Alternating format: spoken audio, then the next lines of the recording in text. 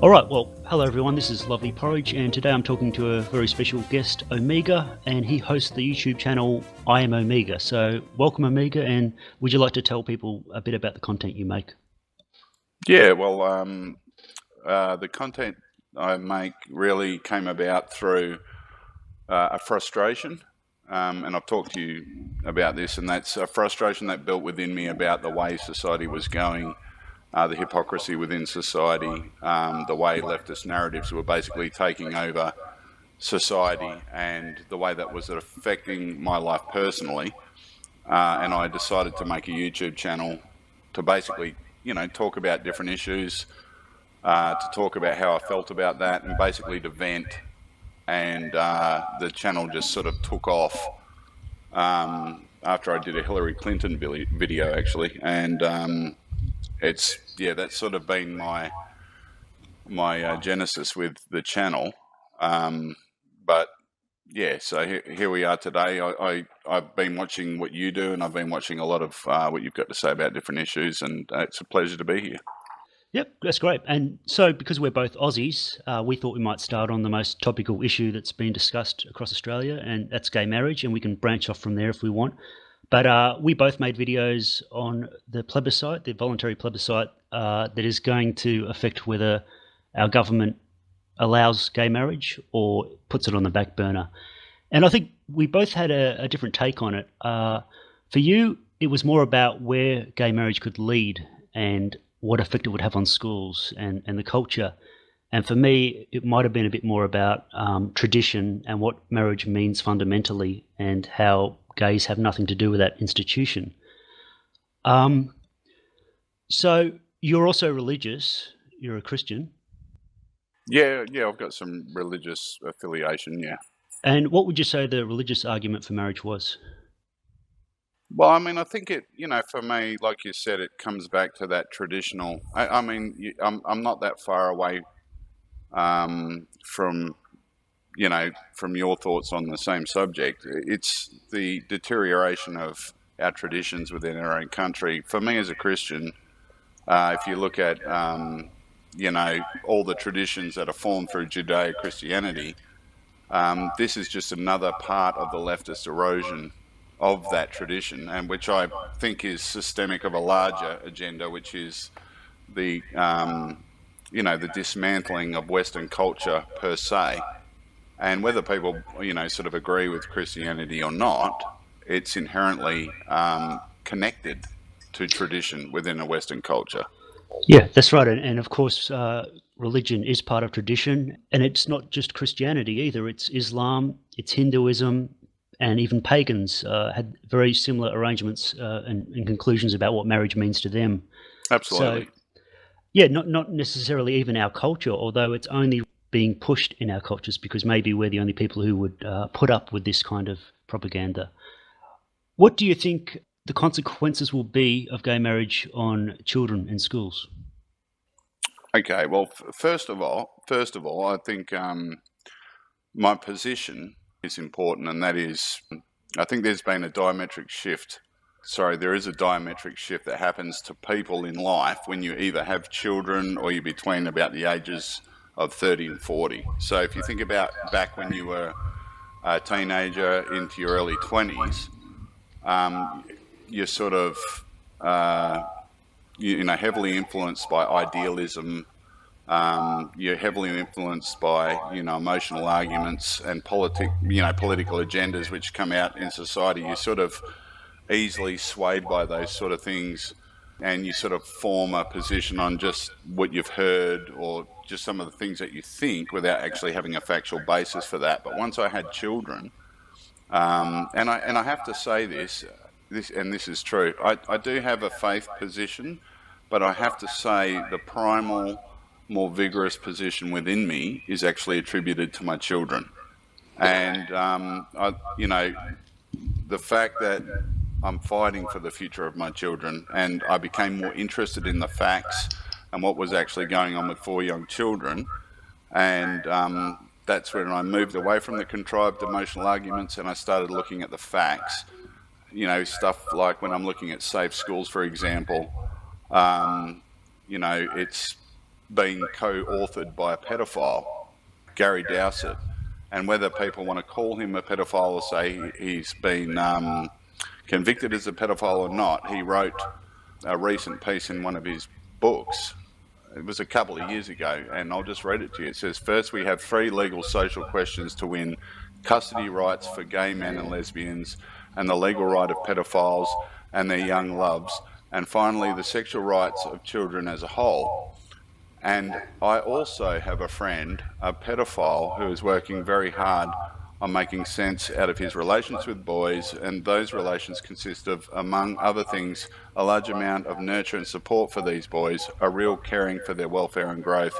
How different then is that gentle, tentative sexuality between parent and child from the love of a pedophile and his or her lover? Now that was the co-author and designer of Safe Schools. Yeah, that's very frightening, isn't it? That he's an overseer of Safe Schools and he's feeding this information. I should just point out too, he's the deputy director of Latrobe University's Sex and Health Society section. And I also found that information, and that what you just read was from an article he wrote for a gay magazine called Boiled Lollies and Band-Aids, Gay Men and Kids. So he's very involved in not just pedophilia. It's strange this, because it always seems to be the same thing, men and boys. And that was his issue of interest that he wanted to push into the mainstream. And it seems like he's doing quite a good job of that. But when you hear about these opinions that he has, and I don't have children myself, I'm pretty frightened. So I can imagine this would be something you'd lose sleep over, wouldn't it? Well, it's the power that political correctness has had on society which scares me. That, to the point, Porridge, where people would dismiss a pedophile who is, introducing an ideology basically for the sexualization of young children, and people turn a blind eye to it because they're scared of the repercussions of speaking against the LGBTI community. And I think this is systemic of one of the great problems that we have right at this minute, right? I went on tonight and I had a look at the Australian Human Rights Commission, and to see their interpretation of what is a human right. And human rights recognise the inherent value of each person, regardless of background, where we live, or what we look like, what we think, or what we believe. They are based on principles of dignity, equality, and mutual respect, which are shared across cultures, religions, and philosophies. They are about being treated fairly, treating others fairly, and having the ability to make genuine choices in our daily lives. Respect for human rights is the cornerstone of strong communities in which everyone can make a contribution and feel included. And that's inherently linked back to free speech. But see, that statement, that goes across the board. And, when I look at, us, for example, as nationalists, and when I look at Christianity, when I look at any of the counter narratives to the way, society is moving, I see this increasing intolerance towards those positions, and it's to the point where those positions need to be punished by the left. They're not permitted anymore, and I've got some interesting other stuff to share with you, but yeah, I'll stop there and I'll let you continue. Well, on that point of them pushing their agenda onto children, I would suggest, and correct me if I'm wrong, that if you were actually a teacher in a school classroom believing what you believe, would you teach the kids that homosexuality is wrong and to avoid it, or would you try to be as neutral as possible and give descriptions of the reality there is, but not promote it and not discourage it? What would you say about that? Well, it's funny you should ask that. You don't know much about my background or where I work or anything like that. But I've actually worked in positions where I've been responsible for actually 2,000 students at a time. Oh. And a lot of those students were, some of those students were transgender, some of those students were lesbian, some of those students were Muslim. Yep. And basically when I approach what I do in my workplace, I approach it from a professional point of view, and I adhere to the fact that everyone deserves mutual respect and an opinion and a position. And, you know, I've been challenged on a number of occasions, actually, even by entire classrooms. Some of the millennials in the classroom would, you know, sort of attack me for my position. And Right. I would say to them, well, would you attack me if I was an LGBTI? Would you attack me if I was a Muslim? Would Yeah. you attack me if I was a part of some other group? And if not, why not? And I said, this is actually, you know, this is actually revealing your own intolerance. And I said, in a free democratic society, within school institutions, education institutions, that should reflect the democratic society in which we live in, where all positions are respected and all positions are allowed to exist. And the thing that scares me about the LGBTI position, and if this law is passed, is what is called the weaponization of anti-discrimination laws. Because if you look at the laws, if this is passed, it actually alters human rights laws in the country. And this is something the left has been very successful in doing. They have been able to attribute the LGBTI cause and make it akin to something like slavery, you know, just because of whoever you're rooting or how you like to have sex. They've been successfully able to attribute that to, you know, some sort of, you know, social justice cause. So once they change human rights laws, political positions which are, you know, in the opposite camp to same-sex marriage, for example, they will be breaching human rights laws by just having those policies. This is one of the major concerns I have, especially politically, but not only that, but just in the social sphere itself. Yeah, and that's not even a theory of what might happen. That's what's currently happening, that people are being fired for opposing same-sex marriage. In other countries, of course, you've got cake shops having to bake cakes for gay men, and businesses being sued for not providing transgendered toilets, something along those lines. Some business got sued because they asked that a man use the men's toilet. Yeah, it's all political correctness, but it's all about chipping away at free speech and suppressing what we think. And some people would say, well, political correctness is just about not being an a-hole. You're just being nice to everybody, and we just don't let you say hateful things. But I actually think it's dangerous, because we've seen in Rotherham what the political correctness led to, and that was that Muslim men were allowed to prostitute children because nobody wanted to be called racist. And in the case of homosexuals, it's exactly the same, that there's been cases where people were afraid to point out that this homosexual man was abusing children because they didn't want to be accused of homophobia. Because if you say these things, the man will say, well, here we go. Here's the old thing from, the 1950s when there was this hysteria that gays want to attack your kids. And so now that there's quite a few articles I've found, mostly in England, of gay men left to abuse children in foster parent homes or in just adoptive cases. And we even had one in Australia too. And they were put out there as a prime example of the perfect gay family. Do you know the case I'm referring to there? I think I've heard of it. There are similar things going on in Canada. For example, a child can be taken now. Say if you've been fostering a child for 15 years, and you're a Christian. Now, I know, just for the sake of it, I know a lot of listeners don't agree with Christianity, but it's important for people to understand that human rights apply to everybody. And if you discriminate against a Christian for his beliefs, you're no different to a Muslim who discriminates against the West for their beliefs. It's important that people understand that sort of thing.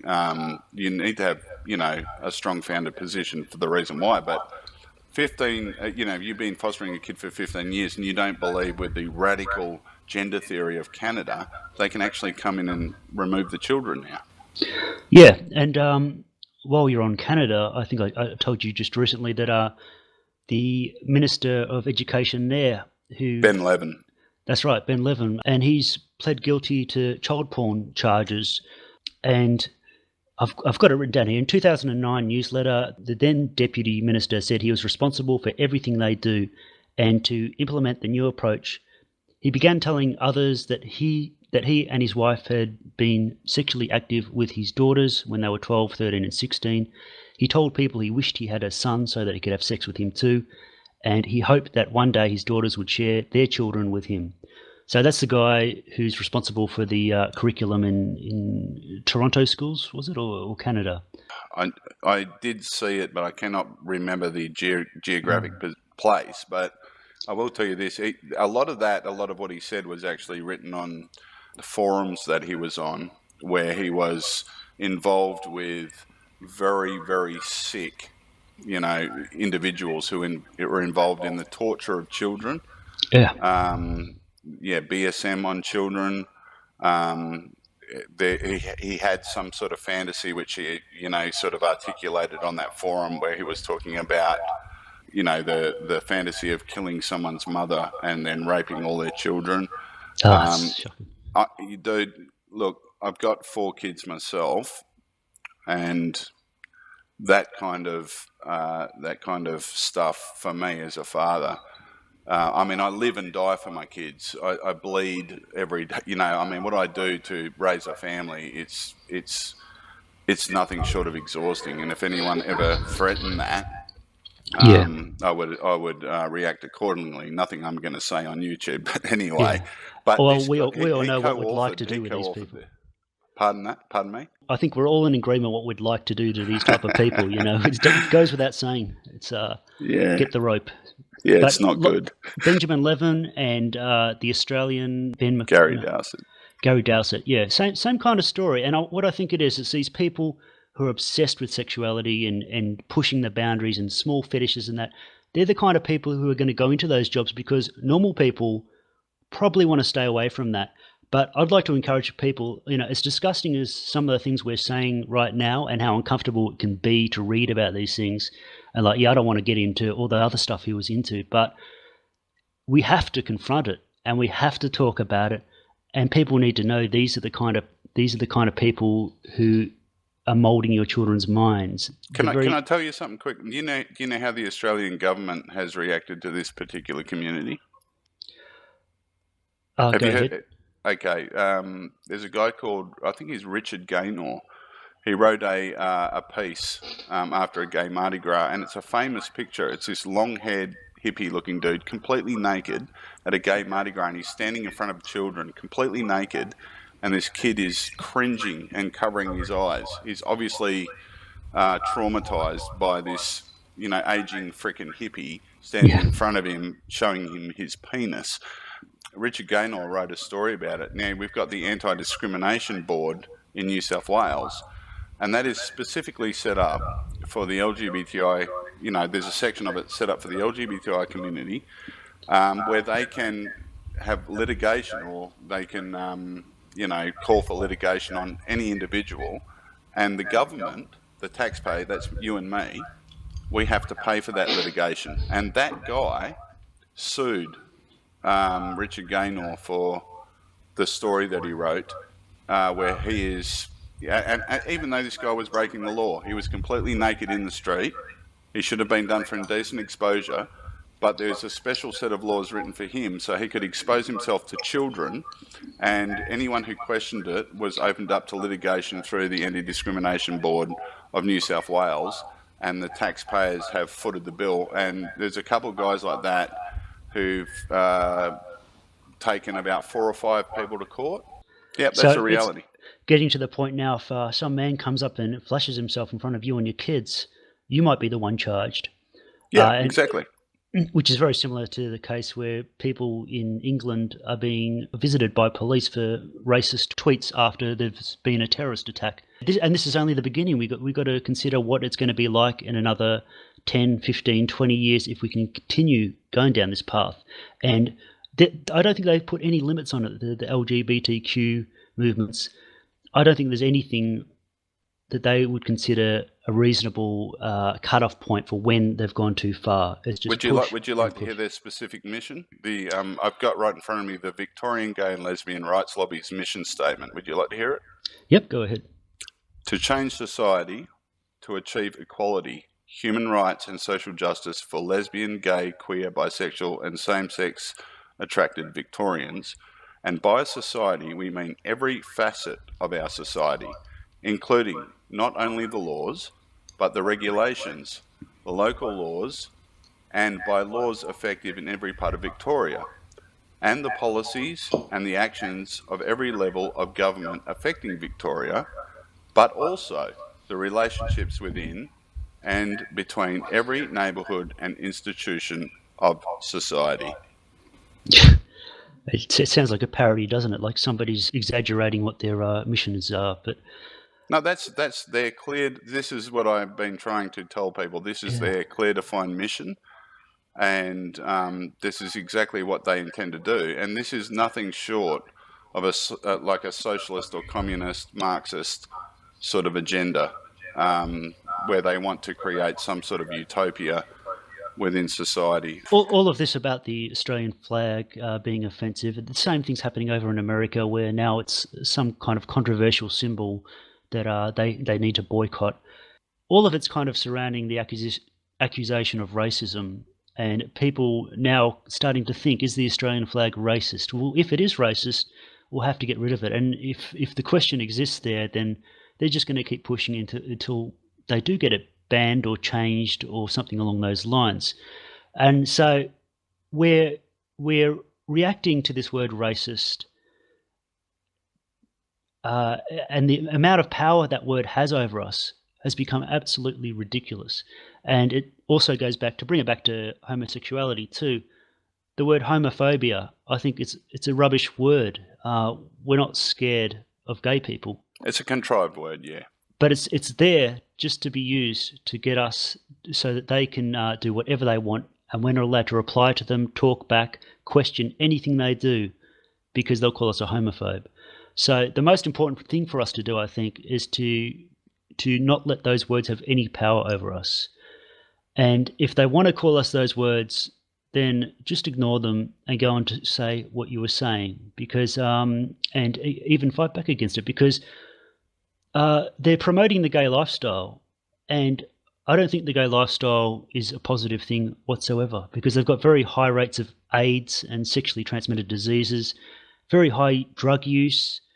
And if you're not sure about all this, go to a gay pride parade, because they're pretty disgusting places, and that's what they use to represent themselves. And so that's the kind of lifestyle that's being pushed on children. And if people are going to have that lifestyle, you would think they'd go and do it and not try and promote it, because I think most men are kind of naturally repulsed by it. We don't like seeing two men kiss. It's just not in our nature. And maybe because, you know, we're a bit harder to convince those things are normal, what they're doing is going straight for the kids in schools and normalise it while they're young. So it won't be a big deal when they end up going to a gay pride parade. And on gay pride parades, I wonder if you noticed this, but in the last 5 years or so, they've changed slightly, and they've become more about the children and bringing gay families out there and having young boys in drag doing sexually provocative dances. And they're all promoting this new lifestyle now that, yes, we are just like everybody else. We're like the heterosexual couples too. We have children, we have different families, and they're out there parading their kids around.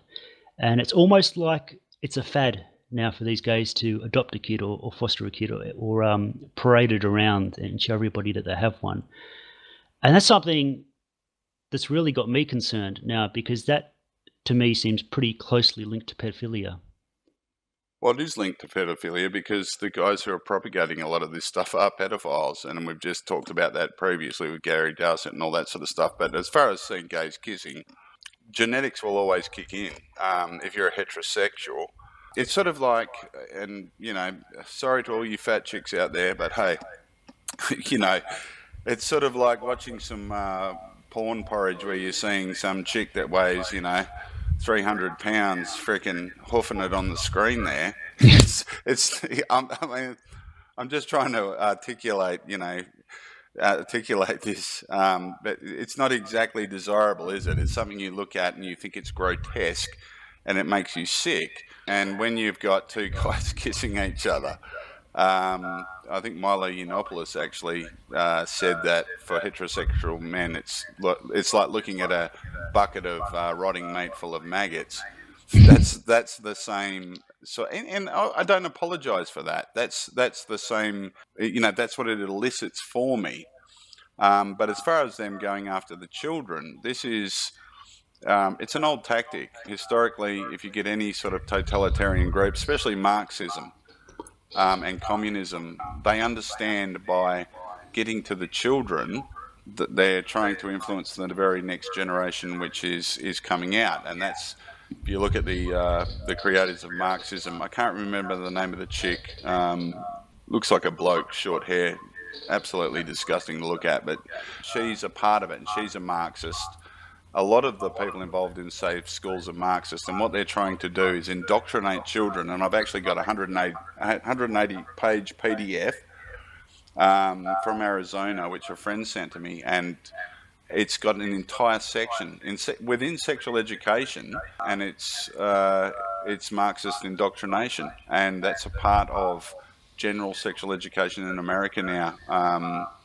That's what they're trying to do. They're trying to indoctrinate these children into a political persuasion, and that's what I'm worried about too. Yeah, and it's the idea of breaking down the traditional family, and they wouldn't say that. They'd say that anyone could be a family, any grouping can be a family. But if that's the case, if anything can be a family, then there is no such thing as a family. And I think that's what they want. And that's why I wouldn't blame this all on Marxists, even though maybe they're the guys at the top putting all this down. But the gay community in general, I mean, obviously these guys at the Pride Parade who are dressing their kids up in drag and that, I don't think they're Marxists. They probably don't have very strong political, affiliations. They're probably Labor Party voters and all that. Yeah, it's a 10%, which are it's the extremists and the activists that are very steeped in Marxism. But even this is another attack on Western culture, on white culture. I mean, what they're trying to do is break down every bastion of tradition, any sacred bastion of Western culture, which is that is a Marxist ideal. You see, they seek to break down every bastion of culture to sort of reconstruct it into this utopia, and this is actually a part of it. The whole marriage thing is a part of that Western culture. Pulling down of statues is they want to do that and rewrite history. They want to eradicate every piece of Western culture they can. I think these things are actually linked. I think what the socialists are doing are actually linked, and I actually think, as you've sort of pointed out in some of your other comments previously, is there are other groups which have a specific agenda against white people per se that absolutely exists within that culture, within this leftist culture. It absolutely does. Yeah, well, it's very easy to test whether it's targeted at white people or not, because what are their feelings on how Islam is acting towards gays? The way they treat them versus how we treat them, and the way the left reacts to how they treat them versus how they react when we treat them. And you can see this on Q&A on ABC, that terrible talk show. And a priest will be talking and he'll say in the most subtle of terms, non-offensive, look, I just believe that a man and a woman that's the marriage arrangement. That's what the Bible teaches us. That's what we believe. We don't push it onto you. That's how we want to practice our lives. And to see the venom that these blue-haired feminists on the panel also would spit at that guy and just go off their face.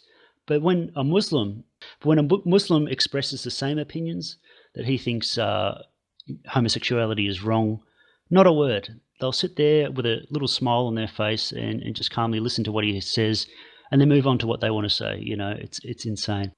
So you would have to conclude that it's not all about gay marriage, because there's a very different reaction towards the two.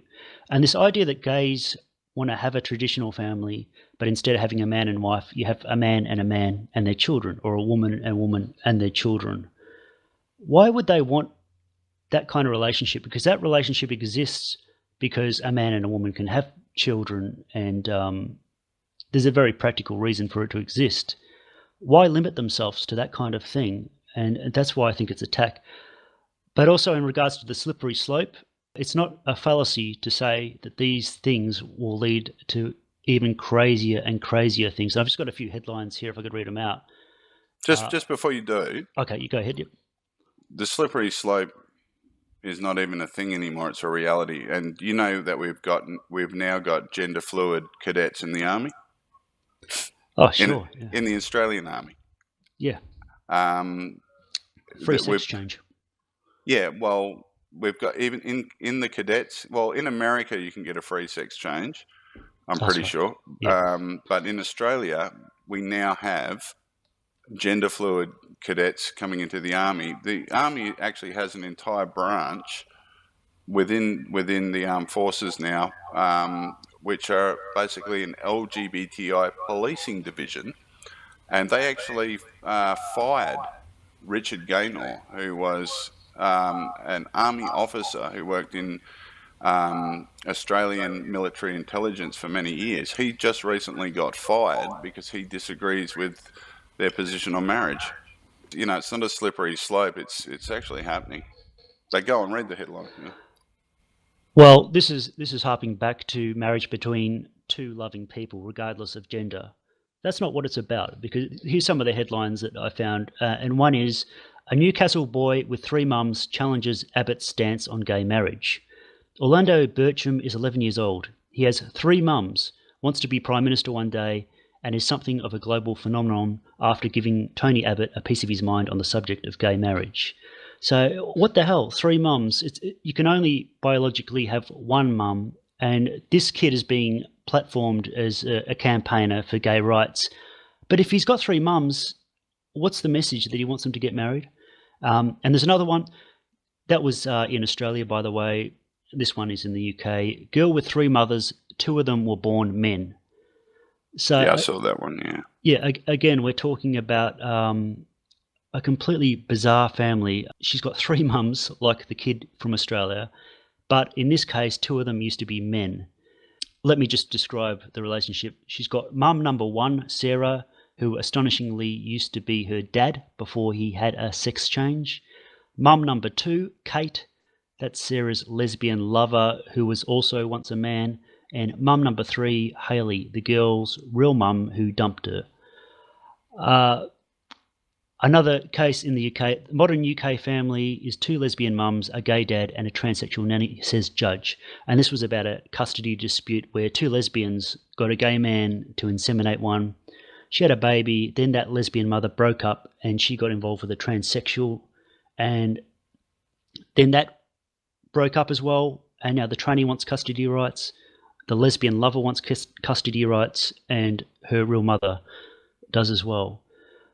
Now, I bet you they're all fat and ugly. Every single one of them. I bet they're all atrociously obese and really, really ugly. But sorry, yeah. It's a bit of humour. This is the end game of what they want. Just these insane relationships. So, if you can have 3 mums, what about 4? Would that be too bizarre? Or what about 5? Or what about just a group of homosexual men? 20 men just adopting a boy, and why can't he have 20 dads and just be part of the gay community? Mm. Is that really that much crazier than some of these stories I'm reading you? Well, hardly. It's just 5 years down the line type of thing. Well, I mean, under the mantra of love is love, you don't have much of a leg to stand on, really, do you? I mean, once they change these human rights laws, and if you look, at the precedent for them doing so, and then you weigh that up against polygamous, relationships and arrangements, legally, all of a sudden, you don't have much of a leg to stand on. And they've already said that, under the definition of the law, if we change marriage because of these certain reasons, that lawfully allows people to apply for the same reasons for whatever marriage arrangement they're seeking. And I mean, obviously, this is a big problem.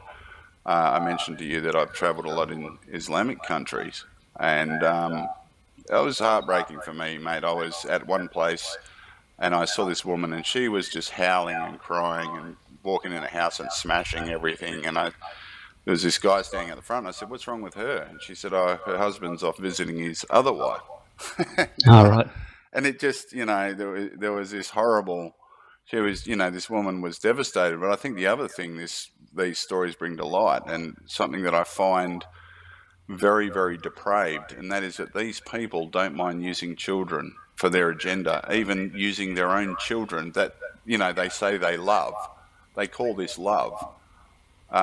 You don't, use your own flesh and blood for a political agenda. I would never, I wouldn't even be capable of doing that to my children. And I think something that made me absolutely sick to the core when I was watching Q&A, and Bill Shorten was applauding a children's same-sex party that was formed in a school, and these kids were like 11 years old. And at that age, these kids don't have the life experience. They don't have enough understanding to advocate for anything. All they're trying to do is impress mum or dad, or whatever that may be, in these situations. And I think the use of children in these situations is absolutely disgusting.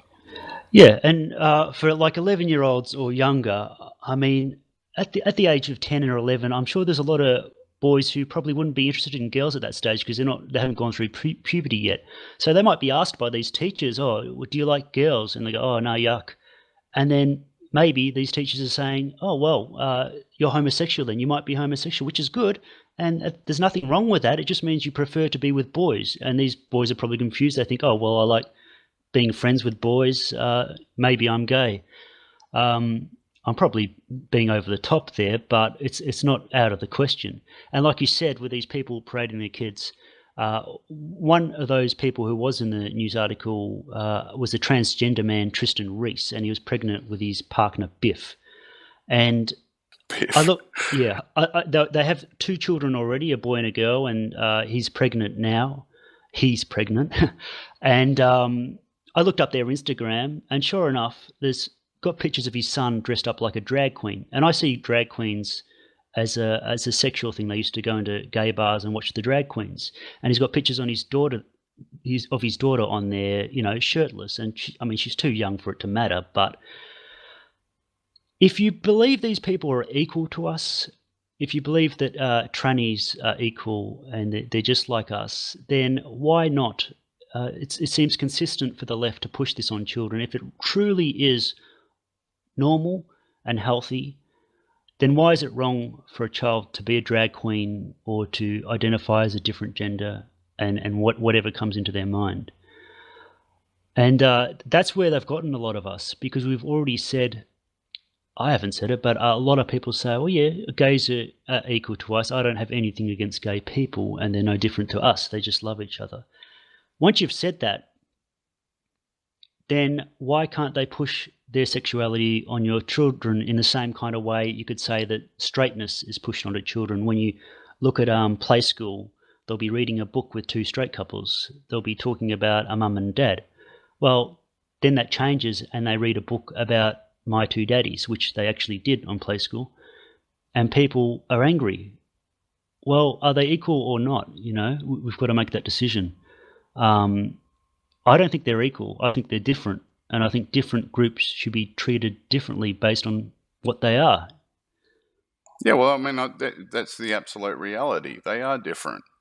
It was only this week in Rockland, California, a teacher taught transgenderism to a class of 5-year-old children. And you know what the reason was? Because one of her 5-year-olds was transitioning.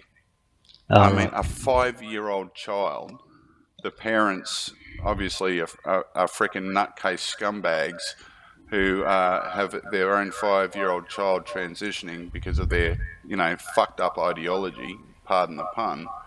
But so this teacher went ahead and taught transgenderism to a bunch of 5-year-olds, And then the school got a bunch of complaints. When the parents went to the teacher, she said, "I'm not going to tell you what I taught the kids. You're going to have to teach to your kid." And this is another part of the problem. Once these changes are in place, schools actually take power out of the hands of parents, and parents are no longer told, when their children are going to be taught this stuff. But one of the parents came back and said, "My daughter had a shower, and after she had a shower and her hair was slicked back, she was shaking and crying in front of the mirror. And when I asked her what was wrong, she said, 'I think I've become a boy.'" And she was really, really scared and traumatized.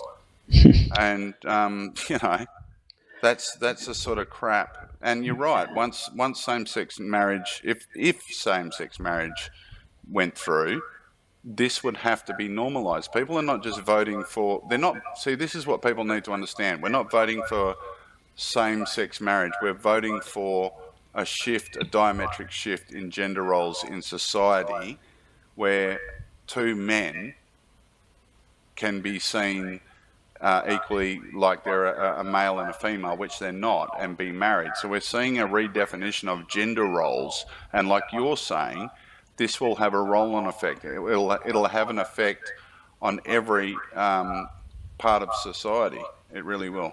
Why is it, I wonder, that these parents who say that they're not going to force their child into gender roles and their child can be whoever they want to be, why is it with those kids, the boy will always be dressed up as a girl with long hair and a pink tutu?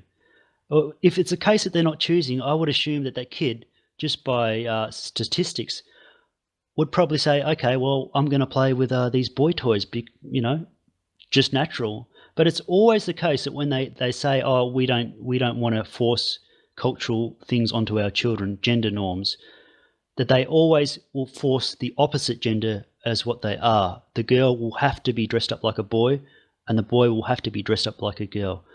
These people are not allowing their kids to decide. It's already been decided, and they want their sex to be different. And we need to look at these people as child abusers. That's what they are. Sexual predators and psychologically damaged. They need to be in an asylum or something because they're not healthy, and they're trying to ruin their kids as well. I hate to see what's going to happen in about 20 years when these kids grow up, whether they're going to overdose on heroin and just off themselves, or if they're going to promote the same abuse as their parents subjected them to. Well, I've got 3 sons and a daughter, okay? So I can speak from experience. I've got 3 sons and a daughter, and, I had 2 sons, and, boys are boys. They're boisterous, they like running around, they like playing with guns, they like, all that sort of stuff. Then I had this daughter, and I said to my wife, I don't know what it's going to be like having a daughter. And at the very moment she could choose, she wanted flowers. She wanted pink dresses. She will not wear anything, in fact, unless it's pink. She wants to dance. She wants to sing. She does everything which is completely different to the sons I've had. And if the only way I could change that is by, purposely trying to influence her to like something else, where the child feels like she has to please me to do it. And then the child would be very happy to do it. And a lot of these children, one of the great cravings a child has is to impress the parent, is to make the parent proud of them. It's sort of an inherent built-in thing that we have. Yeah. And when the parents are espousing, I want you to do this, or I want you to dress, I want you to play with this doll, I want you to do that, these children want to impress mum and dad. They want to, be praised. They want to experience all of that. And this is the sick part of that manipulation. And I actually think you're dead right with the fact that when we have a choice, denying a child a biological mother and father is a human rights abuse, because I grew up without a biological father. I don't know if you did, but I did. And I had a huge hole in my social life, in my heart, for many, many years, not having a biological father, which actually caused all sorts of massive issues in my life as a young teenager. Yeah, well, that's, I guess it's harder for me to explain things to you then, because you haven't experienced a normal kind of family unit. I had a father and a mother, but I can ask myself the question: what if my dad was a homosexual and my mother was just pushed out of the picture, and my dad's boyfriend moved in and they raised me? Would I prefer that? Absolutely not. I would not want to live with my dad and his boyfriend, or my mother to get rid of the man and to bring in two or three mums, as we've read in the article, and have one of these alternative arrangements that's never really been done in history that much. And if alternative families do happen because maybe a man dies in war, we're not shaming the woman to say that it would be better if he was alive and part of the kid's life. We should strive for the ideal family rather than just saying that because there are single mothers and there are deadbeat dads or deadbeat mums, that everything is acceptable now. No, the best thing for a kid is to have its biological mother and biological father, and not even replace them with a stepfather or something either, because a lot of these arrangements where a mother moves in with a new boyfriend, the rates of child abuse in those relationships is huge. Foster parents and step parents are responsible for an enormous amount of child abuse and often child deaths caused by a step parent. Yeah, have you ever followed Prager AU, YouTube channel? I didn't like it too much. I did watch some of the movies. Yeah. Yeah. Well, no, they did an interesting one on black communities in America recently, and that was the statistics in black communities in the US of young males without fathers, and the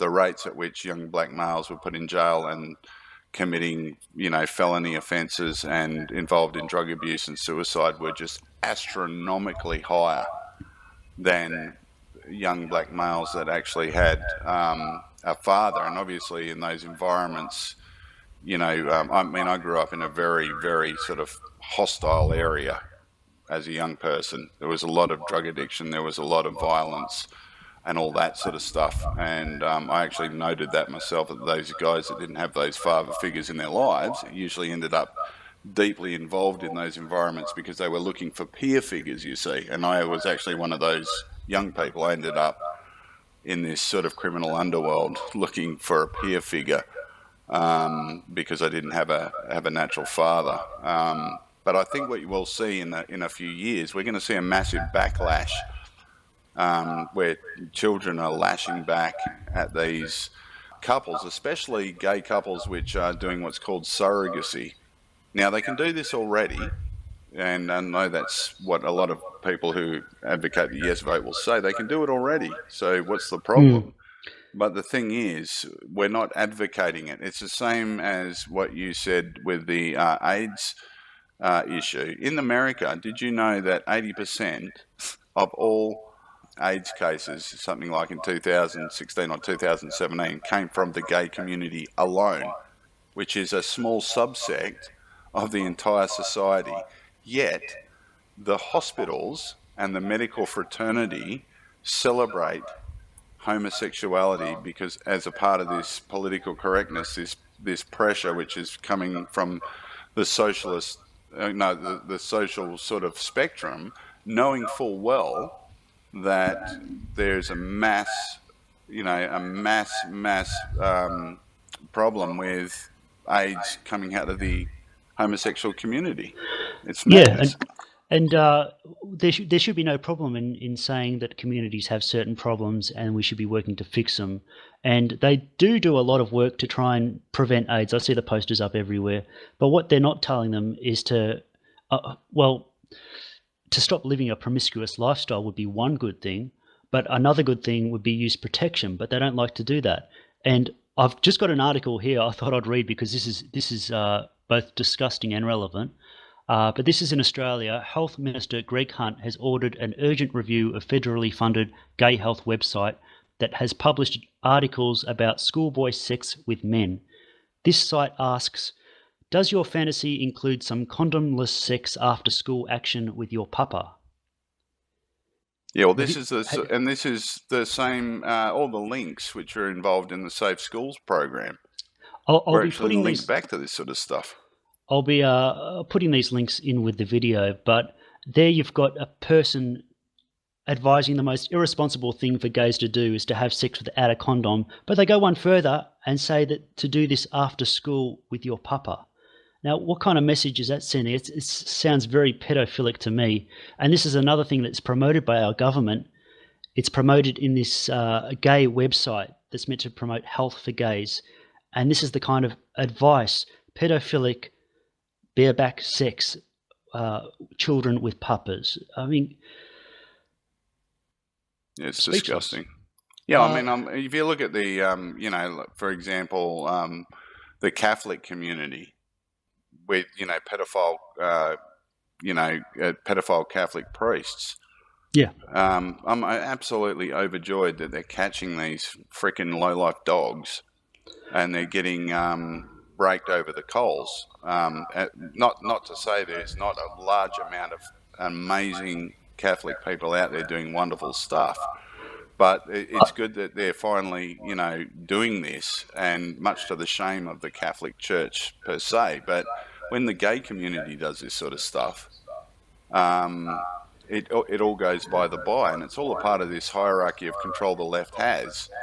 You know, where you know, the white man is the devil, and the white Christian male is the devil with horns. You know, and you've got the LGBTI community up the top, and Muslims just under them, and they can, you know, then you've got Cologne, and you've got mass rape and all this stuff going on, and they can't be touched. And you know, at the top of the heap right now in the Australian community, we have the LGBTI community, where we've got, you know, guys walking naked in front of children, and the government is actually paying for their litigation against people who are complaining about it. Yeah, and well, in regards to Catholics, Christianity at the moment is kind of seen as a white type of thing. They were prepared to call out Catholics because of that, but what you said about them calling out Catholics but not the homosexual community, I'd just say that was the homosexual community. It was a homosexual pedophile ring operating within the Catholic Church, and it was almost exclusively boys. There were girls in some cases, but those men had organised together as homosexuals to target boys. Well, they had the Vatican just got busted over in Rome. Okay. There was some big gay sex party, and they caught a few cardinals in there doing that. But don't get me wrong, this is these guys are also connected. These pedophile rings are also connected to a lot of people within the community outside the Catholic Church. You've also, you know, even close to where I live, there was a huge conspiracy going on in a school for many years. And I believe on a political level, there's a lot going on as well, but it never really sees the light of day. Yeah, well, we tell Muslims that maybe you should come out and speak against these radicals, but we often don't ask gays to come out and say, well, what the hell's going on in your communities? Because what the hell is this gay man boy thing that's always brought up again and again? And even if I don't go looking for it, it kind of comes up and you find it. So there is definitely a link there, and there's something that they would accuse you of being a terrible person for bringing it up, rather than looking at themselves and asking, well, why aren't they trying to rid this worst atrocity? I can't think of anything worse than what they do. Well, there was two gay men over east last year raped an infant which was less than a year old. Two men, and they were a gay couple, and the ex-girlfriend of one of them let them look after the kid, and they even bragged about it online and everything like that, and they raped a baby less than a year old. And you know what the news article headline was? Two men charged with child sex offence, you know, blah blah blah. And I looked all over the internet at about 20 different headlines, and I think I found one which named them as a gay couple. Yeah, well, you find halfway down the article they will refer to his partner. Yeah, they often try to cover that up. And I should also mention, of course, straight people do terrible things to children as well. Yeah, they do. The difference is, and there are some claims that the homosexual movement are way, way overrepresented in those stats, even though they're a small minority. But with straight people, I'm not finding that the advocates for getting rid of the age of consent tend to be straight people. I don't see them. I see these straight pedos as knowing they're terrible humans and trying to cover it up and living in shame, not trying to push into the mainstream that little girls should be sluts and all that kind of stuff. All feminists do that. But with gays, yeah, they barely even try to hide it, do they? They put it out there. Yes, we want to get involved with children. We want to go into the schools and teach them about what we believe. And if they turn out gay, or if we convince them to experiment or do something crazy, well, how can you say that's wrong? Because we've already come to this conclusion as a society. But I'll just put it to you: if these guys are teaching stuff in school about how to have anal sex, and not just teaching the dry reality of what it is, but saying that this is good and it's exploring your bodies and you can do it with friends and whatever. Now consider that could happen in your school, but now consider your kid's talking to somebody on the internet and he's saying this to him. Yeah, well, I mean, this is. You'd ring the police, wouldn't you? Absolutely. You'd say, some guys is teaching my kid this disgusting thing, exposing him to these revolting things. I think you need to come because he's being groomed. And yet we would allow those same people into schools and teaching exactly the same thing. Well, I mean, it's actually what's going to happen it's not just going to be in dark sort of internet sort of groups. It's going to actually be taught in schools. That's exactly what will happen, because it's going to be completely normalised, and not to teach it will be discrimination, and that is, the weaponisation of these anti-discrimination laws. Education institutions are going to be too scared to go against that. They won't have a choice. They will just capitulate to it.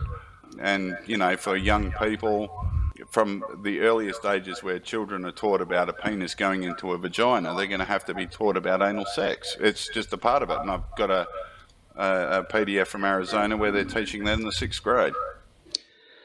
Yeah, because the conversation of what is sex, where do babies come from, is no longer a matter of saying, well, when a man and a woman love each other very much. Now it's a case of, well, when two lesbians like each other, they lick each other's boobs or whatever, and then they go and find a gay man and he puts his sperm in her.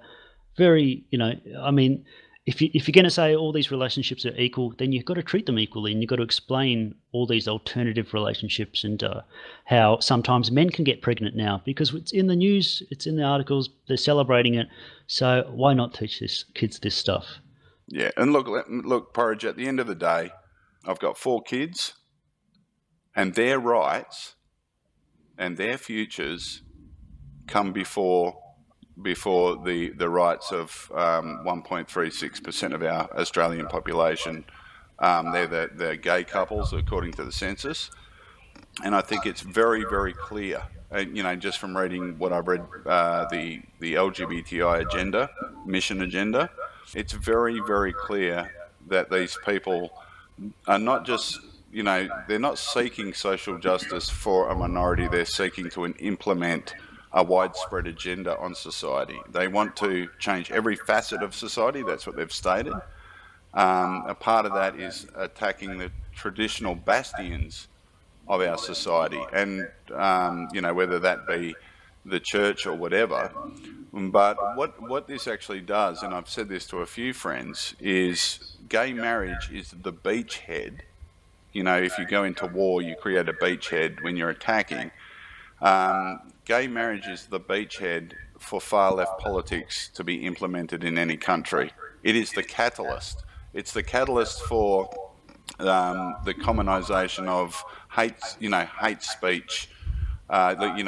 You bring in hate speech against gay and lesbians, and you have this term that's coined, and all of a sudden it starts to get used for the immigration agenda, which is what we've seen in Germany. And for all those on the right, I would say you need to be aware of this. If you don't have a problem with gay marriage, you may not have children, you might be single, you might be a righty, like a right winger like me and you are. But once hate speech and laws pertaining to that are normalised and sensationalised in society, which is exactly what gay marriage will do, it opens up the door for state control. And the state control begins, for a start, taking away the rights of parents to say, for example, what I want my children to be taught.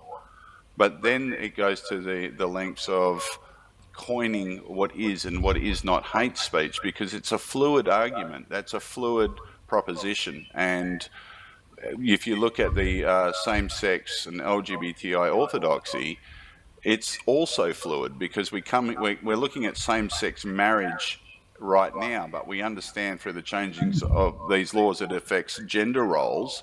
So then it's going to go into the realm of gender fluidity. So all of a sudden hate speech is suddenly moved away from just, the gay community, but now it's the transgender community and the gender fluid community. And if you go to Canada, now you can be fined for using the incorrect pronoun of somebody.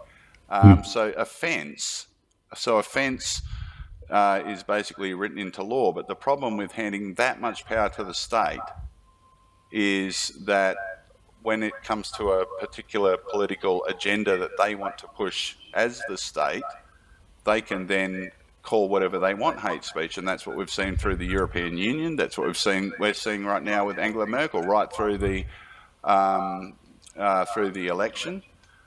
Just before the election also, we saw people's houses being raided. We have seen Google, Microsoft, Twitter, all the major platforms, including Facebook, which have inherited the EU hate speech laws, just so they're able to operate within Europe. And hate speech, according to the EU, is basically whatever they define it as. And at the moment, it's speaking against the LGBTI community, but it's also speaking against mass immigration, is hate speech. And that turns you into a criminal. And this is where it leads. This is what's going to happen. And so it's far broader than, our concerns just for our children. It's what's going to happen in 20 or 30 years when hate speech morphs into, a totalitarian sort of weapon of the state to control people and jail people that don't capitulate to their agendas. Yep, I totally agree with all that. It's all part of a bigger plan, and I know it's a lot of this is kind of uncomfortable for a bunch of Aussie blokes talking about homosexuality, but it's really important that we do talk about it because they probably rely on people not talking about these things and feeling too uncomfortable about just facing what's going on. But so I thank you, Amiga, for joining this stream, and you made a lot of good points, and I hope you enjoy the rest of your evening. Cheers, mate. Good on you. Thanks.